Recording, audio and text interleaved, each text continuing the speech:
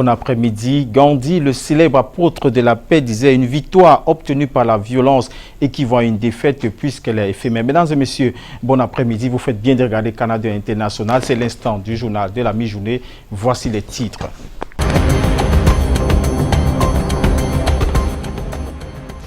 Affaire Sisikou Ayoub Tabé et compagnie, le verdict est tombé. Une condamnation à vie.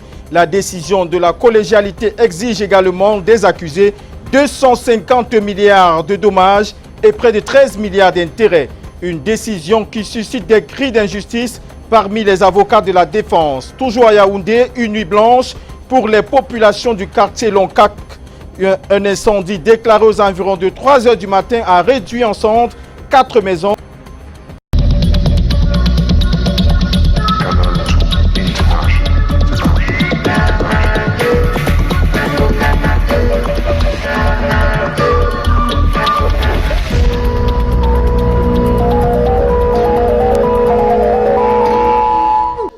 Une fois de plus, bon après-midi, mesdames et messieurs. Ouvrons ce journal de la mi-journée sur Canada International avec l'affaire Sisikou Ayoub Tabé et compagnie. Condamnation à vie pour ces derniers. Le verdict est tombé ce mardi matin aux environs de 5 h 30 après plus de 17 heures d'audience. La décision de la collégialité a également condamné les accusés à 250 milliards de dommages et près de 13 milliards d'intérêts. Retrouvons Arnaud Ngefak à Yaoundé au tribunal militaire où il nous donnera les dernières nouvelles là-bas. Bonjour Arnaud.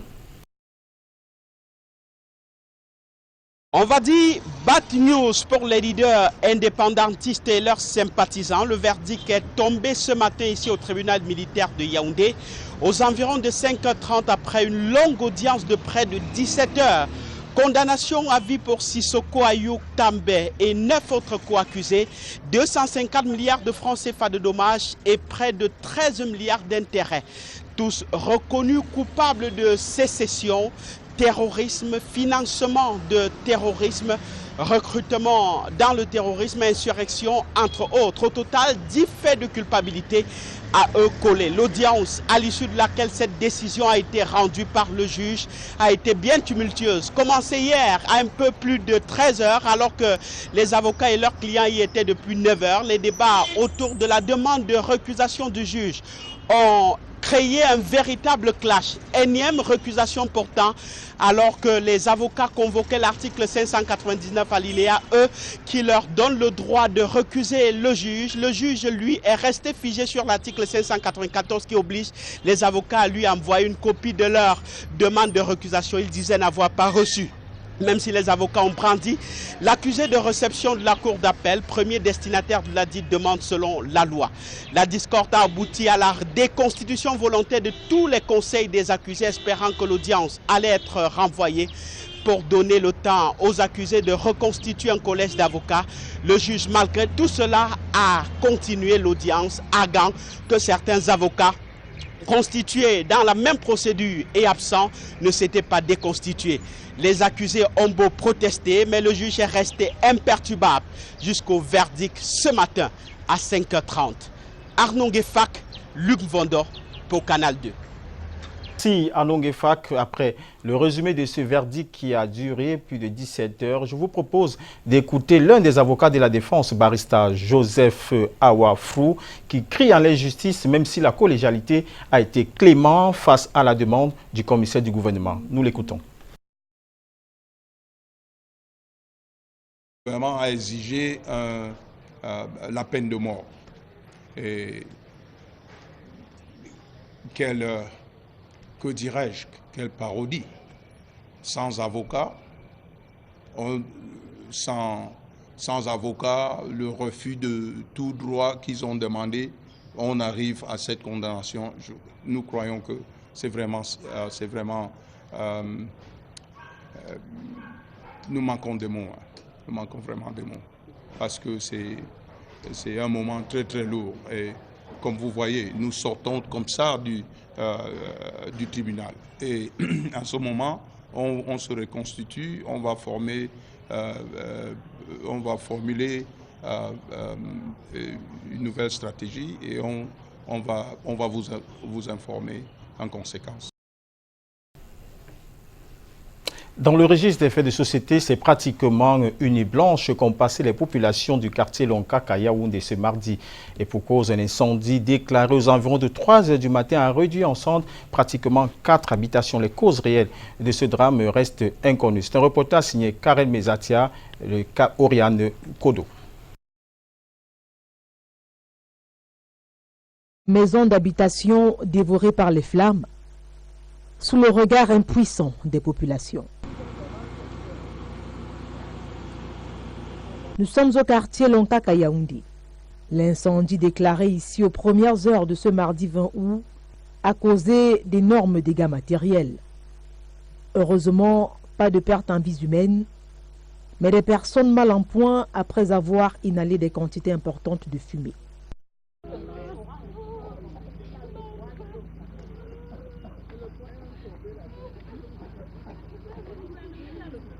Mais que s'est-il réellement passé? Nul n'est fixé sur les causes réelles de ce drame. Une situation qui laisse place à des supputations. On a seulement entendu, on sortait des maisons, feu. Donc on s'est dit peut-être que c'était la bouteille à gaz, ou bien les jeunes gars qui passent le temps à brûler les portes pour entrer, pour brûler. Donc au juste on ne comprend pas. Et le feu a pris dans tous les 3 bâtiments, ça a tout brûlé. Alertés, les soldats du feu, une fois sur place, ont pu limiter les dégâts. Ce qui n'empêche pas les victimes encore sous le choc de faire le deuil de leur foyer parti en fumée. Seuls quelques meubles, des lits, des planches, entre autres, ont pu être sauvés. 4 enfants tués à Bakassa dans l'arrondissement de Bana. Les enfants, tous de sexe masculin, ont été froidement assassinés par un membre de leur famille alors qu'ils passaient des vacances chez leur grand-mère. Henri Kameni, le principal suspect, a été surpris par les gendarmes qui cherchaient les enfants depuis samedi dernier. Le suspect a été conduit sous forte escorte à la prison de Bafang. C'est un reportage signé Pierre-Marie Kéo.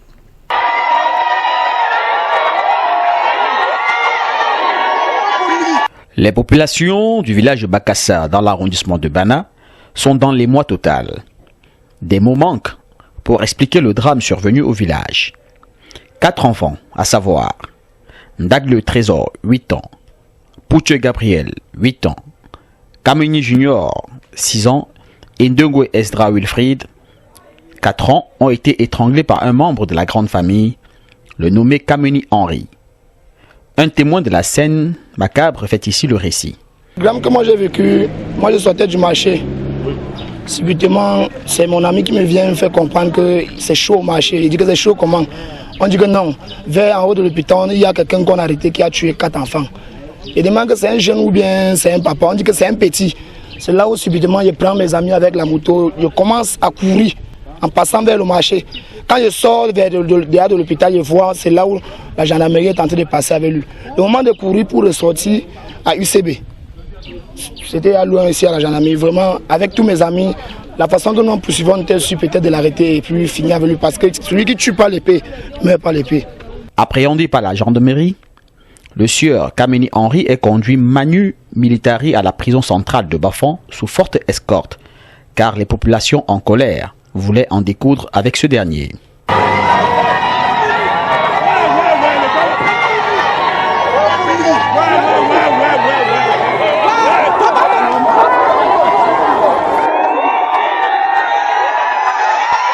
Quant aux dépouilles des enfants venus en vacances au village, elles ont été déposées à la morgue de l'hôpital de district de Bafang. Pour l'heure, les enquêtes sont ouvertes pour élucider les circonstances ayant conduit à ce drame dans le village Bakassa. Poursuivons ce journal de la mi-journée avec cette note des finances. Le ministre Alamine Ousmane Meh, le ministre de l'économie, recevait hier le directeur exécutif du groupe africain de la Banque mondiale. Les deux hommes se sont entretenu sur les questions de la revue à mi-parcours du partenariat entre le Cameroun et le groupe Afrique, encore appelé COCUS. De cette discussion est également ressortie la volonté de la banque à financer le Cameroun. Écoutons le directeur exécutif du groupe Afrique de la Banque mondiale et le ministre Alamine Ousmane Meh au micro de Bessa Kodo. Sur 18 projets actifs pour près de 1300 milliards de nos francs CFA. Et à l'issue de la dernière revue, on peut se satisfaire des résultats obtenus dans le cadre des financements réalisés et surtout dans le cadre de la mise en œuvre des réformes structurelles qui accompagnent le Cameroun dans le cadre évidemment de son programme économique et financier soutenu par la facilité élargie de crédit. Avec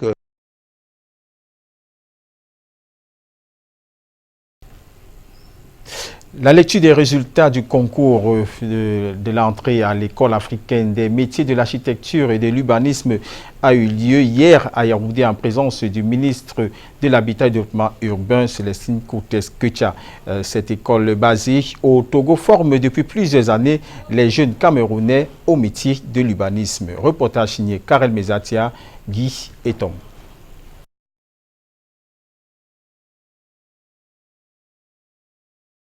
L'école africaine des métiers de l'architecture et de l'urbanisme et AMO en abrégé sont connus. La cérémonie de dépouillement des résultats de ce concours a eu lieu hier à l'immeuble Émergence ici à Yaoundé sous la coordination de Célestine Ketcha-Cortez, ministre de l'Habitat et du Développement urbain. Les résultats de ce concours, qui ont jadis fait l'objet de soupçons de tripatouillage, ont reçu un suivi particulier pour cette session. Lorsque les épreuves sont arrivées, nous avons fait appel à la DGRE, aux forces de maintien de l'ordre, à un huissier qui a escorté les épreuves en salle, ouvert devant les étudiants, les élèves qui composaient, et nous avons reçu sous pli scellé, fermé, les résultats hier par le représentant de l'école EYAMO au Cameroun, en la personne de M. Ndongo. Et nous avons pensé qu'il était important que nous ouvrâmes ces plis devant témoins. Il est important de rappeler que l'école africaine des métiers de l'architecture et de l'urbanisme est une institution basée à Lomé au Togo. La formation des Camerounais dans cette école est financée par le ministère de l'Habitat et du Développement urbain et celui des Finances. On recense à ce jour près de 129 Camerounais formés au métier de l'urbanisme dans cet institut. Toujours en éducation, plus précisément dans le secteur de l'éducation de base, l'année scolaire 2018-2019 est passée au scanner. Il était question pour les membres de la communauté éducative de ce secteur de trouver non seulement les mécanismes pour le lancement de la nouvelle année 2018-2019, mais aussi pour l'amélioration des résultats en fin d'année scolaire. Reportage signé Henri Tinda. Améliorer les performances par rapport à l'année dernière, tel est le leitmotiv de la rencontre qui a réuni les acteurs de l'éducation de base du littoral à Douala. Après l'évaluation de l'année dernière, il s'est agi pour cette communauté éducative de jeter les jalons de la nouvelle année. Il s'agit pour nous de mettre tout en œuvre pour que tous les acteurs des champs soient imprégnés de ce qui doit être fait sur le terrain pour que les cours soient effectifs le premier jour, pour que les enseignants prennent en main les élèves de manière à ce que la sécurité soit assurée dans toutes les écoles, la propriété dans toutes les écoles, que les programmes soient couverts et que notre année scolaire soit réussie à 100%. Face à la forte croissance démographique due au flux des déplacés internes, le ministère de l'Éducation de base prend des initiatives. Le ministère de l'Éducation de base a davantage créé des écoles dans les zones où nous avons des fortes sollicitations. Les enseignants sont affectés dans ces écoles. La bonne éducation des jeunes est au centre des préoccupations pour un Cameroun fort et prospère. À tous les jeunes qui vont à l'école, qu'il ne faut pas mentir, qu'il ne faut pas voler. qu'il ne faut pas faire des choses qui n'est pas bon, qu'il ne faut pas marcher avec des délinquants. Donc ça leur permet d'être le vrai Camerounais. Pour l'année 2019-2020, la rentrée scolaire est fixée pour le 2 septembre prochain. Lutte contre les discours haineux au sein de la presse camerounaise. Des travaux de lancement d'une instance d'autorégulation se poursuivent. Les travaux relatifs se tiennent en ce moment à Yaoundé. Les professionnels des médias, le CNC, le Centre pour les droits de l'homme et la démocratie en Afrique centrale tablent sur les recommandations à prendre en compte pour l'implémentation de ce mécanisme. Le point de cet atelier avec Yanis Kamga et Samuel Bonis. La session de ce matin était une session de recommandations. Des recommandations qui interviennent après les ateliers de janvier et de juin 2019 consacrés à la sensibilisation des journalistes camerounais, à la prohibition du discours de haine diffusé dans les médias camerounais. Il est question aujourd'hui de réfléchir sur les mécanismes à mettre en œuvre pour enrayer la haine et conserver le climat de paix ambiant au Cameroun. Nous avons à nos côtés le représentant régional du Centre des droits de l'homme pour la démocratie en Afrique centrale, M. Louis-Marie Bouaka, qui va nous édifier un peu plus sur le plan d'action de l'organisation. Bonjour monsieur. Bonjour. Qu'est-ce que vous comptez faire pour mettre en branle ce mécanisme de contrôle des journalistes par les journalistes? Oui, nous voulons d'abord que ce soit une appropriation nationale. Et par rapport à cela, nous allons établir un plan intégré en tenant compte notamment des exigences liées aux modalités de fonctionnement de cet organe et que nous pouvons avoir l'agrément de nos partenaires pour pouvoir travailler ensemble. Parce qu'on n'a pas un plan bateau pour imposer. Nous voulons que nos actions puissent répondre aux réalités et à la particularité du Cameroun. Merci Monsieur Bouaka. Nous aurons plus d'informations dans nos prochaines éditions. Merci. Poursuivons maintenant avec la culture. Un nouveau film camerounais à regarder absolument, Shinanigans, une production de l'actrice Muriel Blanche du duo Partner. Le long métrage est axé sur les coups bas et manigances qui se vivent dans l'univers cinématographique. La projection à Douala-Bercy est prévue ce vendredi dès 20h. Mais avant, Yasser Trésor-Tandon et Nebou William ont rencontré quelques acteurs. Reportage. Salut à tous, comme vous le Tout est dans le jeu et l'intrigue. Le film Shenanigan de l'actrice et productrice Muriel Blanche plante le décor des coulisses de la vie professionnelle où certains sont prêts à tout pour réussir. Sors de chez moi! Get out of my house! On essaie de retracer en quelque sorte les réalités de ce métier-là, des backstage, ce que les gens ne connaissent pas le plus souvent. Et donc, ça montre aussi à quel point, quand on est déterminé, on peut se retrouver en train de faire des choses dont on n'est pas forcément content. L'équipe du film fait le tour des médias et événements pour annoncer la grande avant-première prévue à Douala-Bercy ce vendredi 23 août. Un film réalisé dans des conditions pas du tout faciles. Les gens ne veulent pas donner leur maison, leur restaurant, leur snack. Du coup, c'est un peu compliqué. Il faut supplier les gens pour qu'ils acceptent même de donner leur véranda pour qu'on puisse faire une scène. J'ai eu avant tout le synopsis du film et puis j'étais flatté de jouer là-dedans. Et j'ai incarné le rôle de Patrick, d'ailleurs que j'ai incarné avec beaucoup de passion. C'est un gros challenge pour Muriel Blanche qui produit ainsi son tout premier long métrage. J'ai décidé de me lancer dans la production parce que c'est quelque chose que je visais déjà depuis fort longtemps. Je me disais bien que oui, en tant qu'actrice, après il faut avoir ses propres projets, des projets personnels et être capable de les porter. C'est pour cette raison que je me lance dans la production et donc je me lance précipitamment parce que c'est vrai que c'était vraiment précoce. Parce qu'il y a le réalisateur Salem Kedi qui se rapproche de moi et puis il me dit que voilà, j'ai un projet pour vous et j'aimerais que vous travaillez dessus. Et c'est comme ça que je me lance tout de suite. Le public est massivement attendu à Douala-Bercy dès 20h ce vendredi 23 août pour 2000, 3000 et 5000 francs CFA. En sport, Shoot Joya Diarra est de nouveau sous les feux des projecteurs. L'attaquante des Lions indomptables vient d'être retenue par la FIFA dans une liste de 10 joueurs et joueuses ayant inscrit les plus beaux buts de la saison 2018-2019. Son but magnifique face à la Nouvelle-Zélande lors de la dernière Coupe du Monde est en compétition avec celui de Lionel Messi et autres. Les détails sur Parlons maintenant de volley. Pendant que les sélections seniors, messieurs et dames, sont en compétition au Maroc pour les Jeux africains, l'équipe nationale cadette du Cameroun révise ses games pour la Coupe du monde de volley U18 dans quelques jours en Égypte. Le point des préparatifs avec Aimé Boukoko. 8, 9, 10.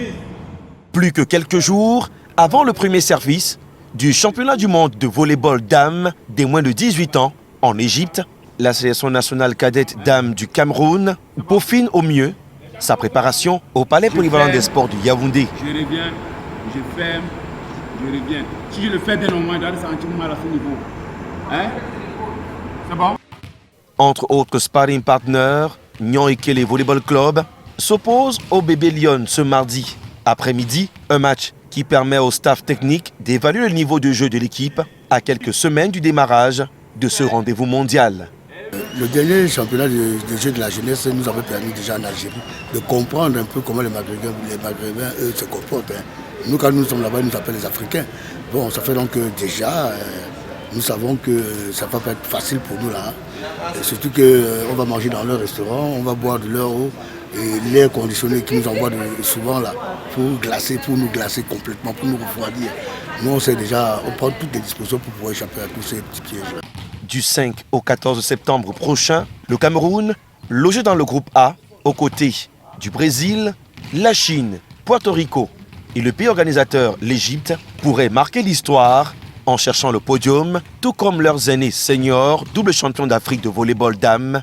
Côté FECA Volley, le président Serge Abouem et son staff ont mis les petits plats dans les grands pour une préparation optimale. Toujours en sport, gym aérobique, la normalisation est désormais évidente. Cela s'est magnifié le week-end dernier ici à Douala avec un séminaire qui a permis aux différents apprenants de mieux connaître les caractéristiques de cette discipline qui est désormais la leur. Alex Nembe pour les détails.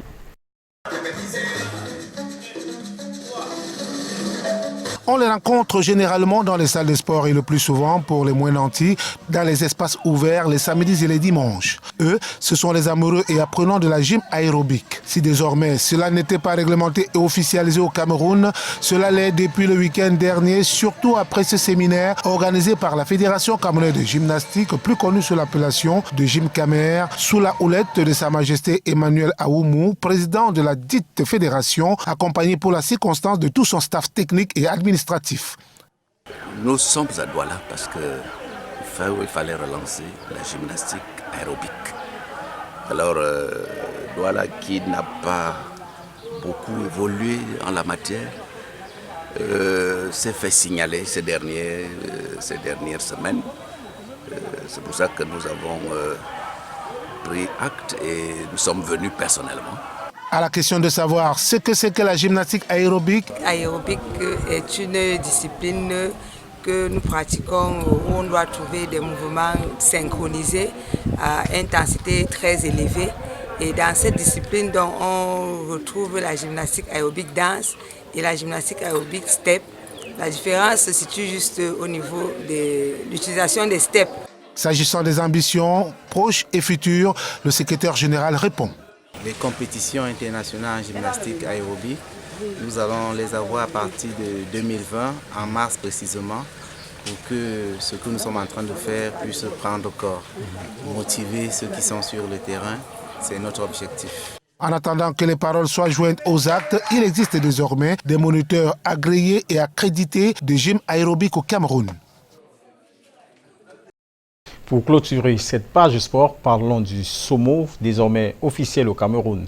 Cette discipline de combat d'origine nippone commence à faire son bon nombre de chemin au Cameroun, surtout depuis l'avènement d'une association qui joue le rôle de dépositaire de celle-ci. Le week-end dernier, les acteurs étaient à l'école du sumo international. Plus de précisions avec Alex Nembe. Si l'on a longtemps considéré comme une utopie, c'est désormais une réalité au Cameroun, bien qu'étant encore amateur. Le week-end dernier a été très déterminant pour le sumo camerounais qui officiellement a reçu son onction avec cette visite au berceau de nos ancêtres du directeur technique continental qui a soumis ses apprenants camerounais parmi lesquels athlètes, juges, arbitres et entraîneurs aux fondamentaux de cette discipline traditionnelle nippone. Une arrivée qu'explique ici le commandant Bonjo, président de l'association camerounaise de sumo. Le but du stage qui a eu lieu à Yaoundé a été avec l'aide de la Fédération africaine de sumo qui a bien voulu déléguer M. Ahmed Ibrahim Mohamed Khalifa de venir nous aider à former les premiers formateurs et sous notre angle de renforcer les capacités des athlètes. 2 jours de séminaire qui resteront mémorables pour tous les acteurs du sumo camerounais. Sous notre angle, nous avons essayé de renforcer la cohésion des athlètes parce que c'était une première fois que tous nos athlètes se retrouvaient dans une même ville pour pouvoir non seulement faire la connaissance, mais pour essayer d'harmoniser les techniques aussi et de faire transmettre un message unique qui nous sera très important pour l'avenir, pour nos projets. Reste plus qu'à ériger cette association en fédération afin que cette discipline se nationalise, se vulgarise et s'internationalise, pourquoi pas. C'est avec cette page dense de sport, mesdames et messieurs, que nous fermons ce journal de la mi-journée sur Canada International. Merci de nous avoir prêté vos yeux et vos oreilles. Très bel après-midi à vous. Au revoir et à demain, s'il plaît à Dieu.